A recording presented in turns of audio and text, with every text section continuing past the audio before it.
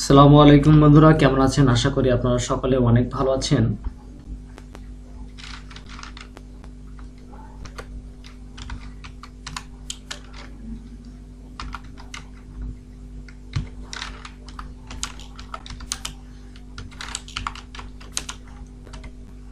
আপনারা খেয়াল করেন, আমি এখানে ছেলের বা কলমে যা লিখতেছি ঠিক ততটুকুই জায়গা নিচ্ছে।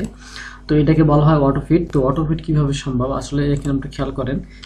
হ্যাঁ, আমরা কিন্তু যাই লিখবো, যতটুকু লিখবো ততটুকুই কলমটা ওইভাবে নেবে। খেয়াল করেন, ধরুন যে নেম, অনেক সময় নেমের জায়গায়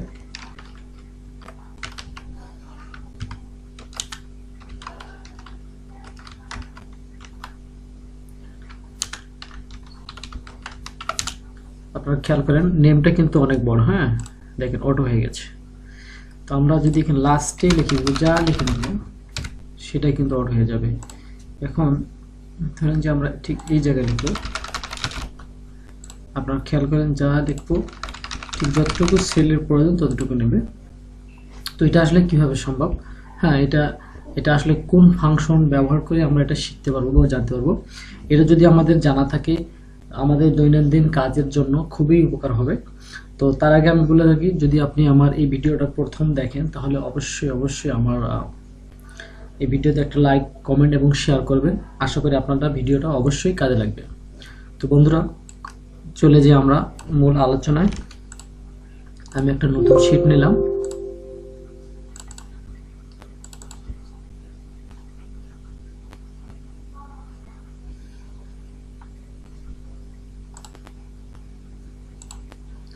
আমরা যদি এখানে লিখি, ধরেন যে লিখছিলাম সিরিয়াল লং, এখন কিন্তু এখানে অটো হয়নি। দেখেন, আপনারা খেয়াল করেন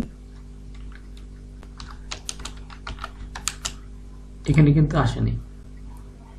তাহলে আমাদের যেটা করতে হবে সেটা হলো, প্রথমে আমরা এইভাবে সেলটাকে সিলেক্ট করব। এরপরে আমরা যেই শীটে আমরা এটা ব্যবহার করব সেই শীটে মাউসের পয়েন্টারটি রেখে ভিউ করে যাব। এরপরে আমরা ঠিক এখানে ওয়ার্কশিটে ক্লিক করব। ঠিক এই জায়গায় মাউসের পয়েন্টারটি রেখে লিখবো সেলস ডট ইন্টার কলম ডট au অটোফিট। হ্যাঁ, ইউ দেওয়ার অটোফিট চলে এসেছে।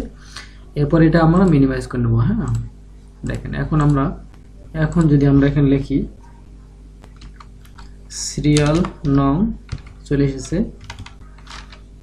আইডি নং, দেখেন নেম,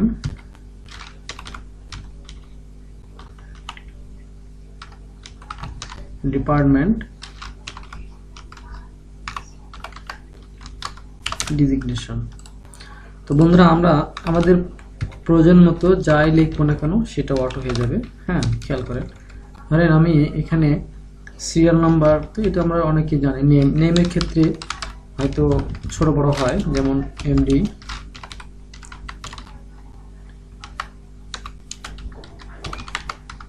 হ্যাঁ, খেয়াল করেন, এখন যদি আমি ছোট নেম লিখি চলবে, এর থেকে যদি অনেক লং নেম লিখতে হবে কিন্তু। হ্যাঁ, এরপর আমরা ঠিক এই জায়গায় খেয়াল করি, আমরা যাই ডকুমেন্টস লিখি না কেন আমাদের এটা অটো হয়ে যাবে।